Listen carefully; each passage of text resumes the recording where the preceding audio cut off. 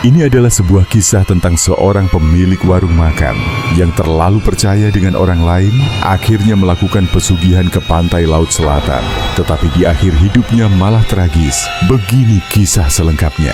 Malam itu, hujan turun dengan deras, menciptakan genangan di jalanan tanah yang licin dan becek. Warung kecil milik Sari tampak lusuh di tepi jalan desa. Lampu redup menggantung di langit-langit. Sesekali berkedip seperti hampir padam. Bau anyir dari ikan yang tak terjual hari ini menyebar di udara, bercampur dengan aroma minyak goreng bekas yang sudah berkali-kali dipakai. Sari duduk di belakang meja kasir, menopang dagunya dengan tangan. Tatapan kosongnya menelusuri warung yang lengang. Tak ada satupun pelanggan sejak sore tadi. Nasi di panci mulai mengeras, gorengan sudah dingin, dan sisa lauknya hanya dihinggapi lalat. Di sudut warung, seorang pria terbatuk keras. Suaminya, Warto, terbaring di dipan kayu, tubuhnya kurus dan pucat. Penyakit paru-paru yang dideritanya semakin parah, tapi mereka tak punya uang untuk berobat. "Bu, air," gumamnya lemah. Sari segera menuangkan segelas air dan membantunya minum. Air mata hampir jatuh dari matanya. Ia tahu, Warto butuh lebih dari sekadar air. Ia butuh obat, gizi yang cukup, dan perawatan medis yang layak. Tapi bagaimana bisa? Untuk makan saja mereka sudah kesulitan. Di samping dipan, seorang anak perempuan berusia 10 tahun duduk bersila. Dinda, putri mereka, menggambar di atas kertas lusuh. Meskipun usianya masih kecil, ia bisa merasakan beban yang ditanggung ibunya. "Bu, besok uang sekolahku harus dibayar," kata Dinda lirih, tanpa menatap ibunya. Sari terdiam, perutnya seperti diremas. Ia tahu hari ini adalah tenggat pembayaran sekolah anaknya, tapi bahkan untuk membeli beras besok saja, ia tak punya uang. "Kamu nggak bisa minta waktu tambahan ke guru?" tanyanya pelan. Dinda menggigit bibirnya, lalu mengangguk pelan. "Iya, bisa. Tapi Bu, aku malu. Teman-teman udah sering nanya kenapa aku belum bayar." Sari menghela napas panjang. Kepalanya pening. Warung yang seharusnya menjadi sumber penghidupan mereka kini justru terasa seperti beban. Utang di warung grosir semakin menumpuk, dan pemiliknya sudah mengancam untuk tidak memberikan barang lagi kalau ia tak segera melunasi. "Apa aku harus menutup warung saja?" pikirnya getir. Malam semakin larut, hujan masih deras. Warung itu tetap sunyi. Tidak ada suara pelanggan, hanya suara hujan menimpa atap seng yang mulai berkarat. Tiba-tiba, lonceng kecil di pintu warung berbunyi. Sari langsung menoleh. Seorang pria bertubuh tinggi dan kurus masuk ke dalam warung. Wajahnya tirus, kulitnya pucat, dan matanya tampak cekung. Ia mengenakan baju hitam panjang dengan peci yang agak miring di kepalanya. Pria itu bukan pelanggan tetap. Sari tak pernah melihatnya sebelumnya. "Bu Sari, saya lapar. Ada makanan?" Suaranya dalam dan serak, seperti seseorang yang jarang berbicara. Sari tersentak. Sudah lama ia tak mendengar seseorang meminta makanan di warungnya. Dengan sedikit semangat, ia segera mengambil sepiring nasi dengan lauk seadanya. "Saya buatkan teh hangat juga ya," katanya, berusaha ramah. Pria itu tersenyum tipis. "Tidak perlu, saya lebih suka air putih." Sari mengangguk dan menyerahkan makanan ke pria itu. Ia mengamati pelanggan misterius itu dari balik meja kasir. Cara pria itu makan sangat tenang, seolah-olah ia sedang menikmati hidangan mahal di restoran bintang 5. Setelah beberapa suap, pria itu meletakkan sendok dan garpu, lalu menatap Sari dengan tajam. "Bu Sari, Saya bisa membantu warung ini ramai lagi. Sari membeku. Kata-kata itu menusuk jantungnya. Apa maksud Bapak? Tanyanya hati-hati. Pria itu tersenyum, tetapi senyumannya terasa aneh, terlalu lebar, terlalu tenang. Saya tahu warung ini sedang sepi. Saya tahu suami ibu sakit, dan saya tahu ibu butuh banyak uang, katanya perlahan. Sari menelan ludah. Ia merasa ada yang tidak beres. Saya tidak paham, jawabnya ragu. Pria itu tertawa kecil, lalu menyandarkan punggungnya ke kursi. Di dunia ini selalu ada jalan bagi orang yang ingin mengubah nasib. Tapi jalan itu tidak bisa ditempuh oleh semua orang. Sari merasakan bulu kuduknya berdiri. Kalau ibu mau, warung ini bisa kembali ramai. Tidak hanya ramai, tapi bisa menjadi warung paling laris di kota ini. Uang akan datang dengan sendirinya, suami ibu bisa berobat, dan anak ibu tidak akan pernah lagi menangis karena uang sekolah. Sari terdiam. Apa pria ini orang kaya yang ingin memberikan modal? Atau ada sesuatu yang lebih dari itu? Ia menatap mata pria itu. Mata itu gelap, terlalu gelap, seolah tidak ada kehidupan di dalamnya. Apa yang harus saya lakukan? Tanyanya. Setengah berbisik, pria itu tersenyum puas. Pergilah ke pantai selatan, bawalah sesajen dan panggil namanya, Nyi Blorong. Sari tercekat. Nama itu, ia pernah mendengar kisahnya. Dongeng yang diceritakan neneknya sewaktu kecil. Nyi Blorong, penguasa Laut Selatan, yang bisa memberi kekayaan instan bagi mereka yang berani berjanji padanya. Kalau saya melakukan itu, suara Sari melemah. Pria itu berdiri perlahan, merapikan bajunya. Maka dalam waktu singkat, warung ini tidak akan pernah sepi lagi. Ia berjalan menuju pintu, lalu berhenti sejenak. Tapi ingat Bu Sari, setiap berkah ada bayarannya. Setelah itu, pria itu keluar, menghilang dalam hujan malam. Sari masih duduk terpaku di belakang meja kasir. Pikirannya berkecamuk. Pantai selatan, Nyi Blorong, pesugihan. Di luar, hujan semakin deras.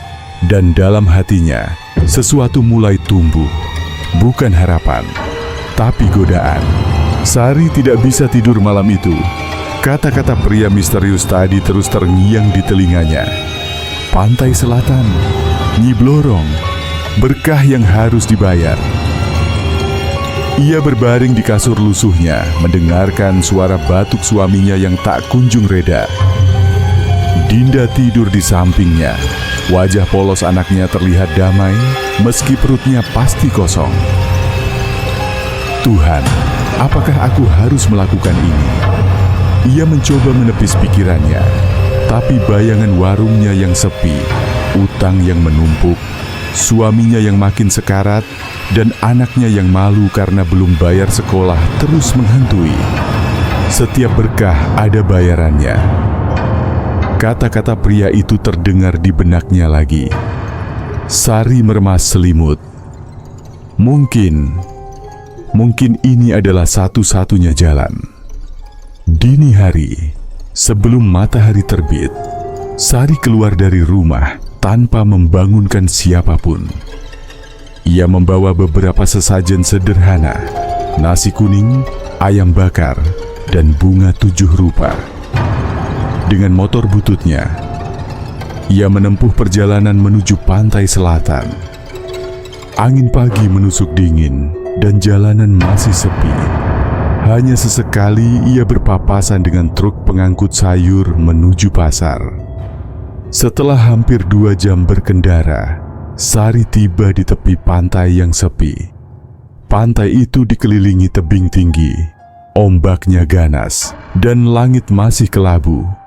Ia melangkah ke bibir pantai, meletakkan sesajen di atas batu besar, lalu menatap lautan yang bergelora. Jantungnya berdebar kencang. Apa yang harus aku lakukan? Ia ragu, tapi kemudian teringat kata pria itu. Dengan suara gemetar, ia berbisik, "Nyi Blorong, aku memanggilmu." Awalnya, tidak ada yang terjadi, hanya deburan ombak yang semakin keras. Namun dalam beberapa detik, langit mendadak menggelap, awan hitam berkumpul cepat di atas kepalanya. Angin bertiup kencang, menerbangkan pasir. Dan di tengah ombak, sesuatu mulai muncul. Sosok wanita, tinggi, bermahkota emas, dengan ekor ular hijau berkilauan. Mata Sari membelalak. Nyi Blorong, Sari tidak bisa bergerak. Sosok itu melayang di atas air, memandangnya dengan mata tajam seperti ular. "Kau yang memanggilku." Suara itu bergema, berat dan dingin. Sari berusaha bicara, tapi suaranya tercekat. Ia hanya bisa mengangguk lemah. Nyi Blorong tersenyum, tapi bukan senyum yang menenangkan. Senyumnya mengandung sesuatu yang berbahaya. "Kau ingin kekayaan, bukan?" Sari mengangguk lagi. Kakinya bergetar. "Aku bisa memberimu lebih dari yang kau bayangkan," lanjut Nyi Blorong. "Warungmu akan ramai, pelanggan akan datang tanpa henti, uang akan mengalir ke kantongmu." Sari merasa jantungnya berdetak semakin cepat. Ini benar-benar nyata. Tawaran ini nyata.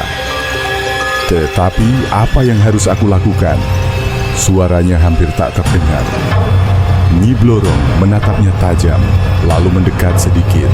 Aroma melati bercampur amis laut menusuk hidung Sari. "Setiap bulan, aku hanya meminta satu hal," ucapnya pelan. "Darah." Sari menahan napas. "Darah?" "Ya." Nyi Blorong tersenyum lagi. "Tetesan darah manusia." Sari terpaku. Tetesan darah? Itu tidak terdengar terlalu buruk. Mungkin hanya sedikit saja. Melihat kebingungan di wajahnya, Nyi Blorong mengulurkan tangannya. "Kalau kau setuju, jabat tanganku." Sari menatap tangan pucat itu. Dingin, bersisik halus seperti kulit ular. Otaknya menolak, tapi hatinya sudah lama haus akan perubahan. Ia mengulurkan tangan. Begitu tangannya bersentuhan dengan tangan Nyi Blorong, sesuatu terjadi. Ombak menggelegar, langit bergemuruh. Dan tiba-tiba, tubuh Sari terasa hangat. Ada sesuatu yang mengalir ke dalam dirinya, sebuah kekuatan yang asing. Nyi Blorong tertawa pelan. "Mulai hari ini, hidupmu akan berubah, Sari." Pagi itu, Sari kembali ke warungnya dengan perasaan aneh. Ia masih belum percaya dengan apa yang baru saja terjadi. Namun, ketika ia membuka pintu warung, ia disambut oleh sesuatu yang mengejutkan. Warungnya penuh pelanggan. Panci nasi yang tadi masih keras dan basi sekarang penuh dengan nasi putih yang pulen. Gorengannya hangat dan renyah. Semua lauk terlihat segar, seolah-olah baru dimasak. Sari tertegun. Ia belum memasak pagi ini, tapi warungnya sudah siap melayani pelanggan. Dari dapur, terdengar suara penggorengan berdesis. Seolah-olah ada seseorang yang sedang memasak. Meskipun ia tahu bahwa ia sendirian. Di meja kasir, sebuah toples uang penuh dengan lembaran rupiah. Padahal warung baru buka. Sari menahan napas. Ini benar-benar nyata. Ia sudah mendapatkan apa yang diinginkannya. Namun jauh di lubuk hatinya, ia merasa ada sesuatu yang salah. Dan ia tahu, cepat atau lambat, ia akan membayar harga dari semua ini. Hari-hari berlalu dengan cepat, dan warung Sari benar-benar berubah. Setiap hari, pelanggan berbondong-bondong datang, seolah ada sesuatu yang menarik mereka ke sana. Pagi-pagi buta, sebelum Sari membuka warung, masakan sudah siap dengan sendirinya. Panci nasi selalu penuh, lauk pauk tersaji hangat, dan minyak goreng seolah tidak pernah habis. Ia tidak tahu siapa yang memasaknya. Ia hanya tahu, setiap kali ia melangkahkan kaki ke warung, semuanya sudah siap. Awalnya, Sari mencoba mengabaikan keanehan ini. Yang penting, warung ramai, uang mengalir, pikirnya. Namun ada satu hal yang terus menghantuinya.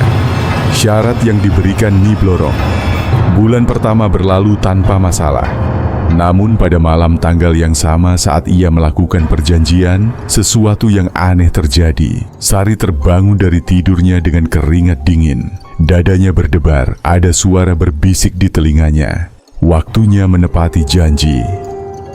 Ia terduduk, matanya menatap ke sekeliling kamar.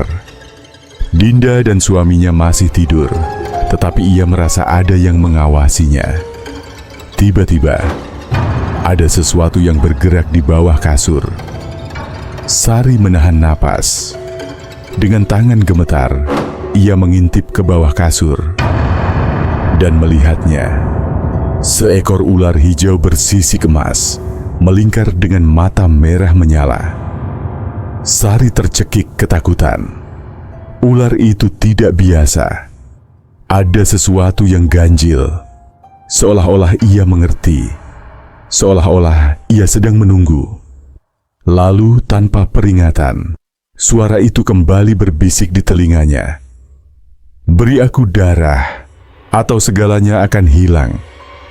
Sari tidak bisa makan, tidak bisa tidur. Sejak malam itu, ia tahu ia harus memenuhi perjanjiannya. Tapi bagaimana? Ia tidak mungkin melukai suami atau anaknya. Di hari ketiga setelah peringatan itu, pelanggan terakhir yang datang ke warung adalah seorang pria tua, seorang pengemis yang tampak kelaparan. Ia duduk di pojok, menikmati sepiring nasi hangat. Sari memandangnya lama. Jantungnya berdebar kencang. Ia berjalan ke dapur. Tangannya gemetar saat mengambil pisau daging. Hanya satu kali saja, hanya ini. Lalu aku bebas. Perlahan, ia melangkah keluar, pisau tersembunyi di balik kainnya. Ia berdiri di belakang pria tua itu, tangannya berkeringat. Namun sebelum ia bisa melakukan apapun, pria itu berbalik dan menatapnya langsung. Mata mereka bertemu, dan Sari melihat sesuatu yang membuatnya mundur. Pria itu tersenyum. Senyum yang aneh. Senyum yang sama seperti pria misterius di malam hujan itu. Sudah waktunya, Bu Sari. Darah Sari membeku. Pria itu berdiri, berjalan keluar warung, dan menghilang ke dalam gelap. Di saat yang sama, suara gemerisik memenuhi dapur. Sari menoleh dan melihat ular hijau raksasa melingkar di sudut ruangan. Mata merahnya menyala, menatapnya tajam.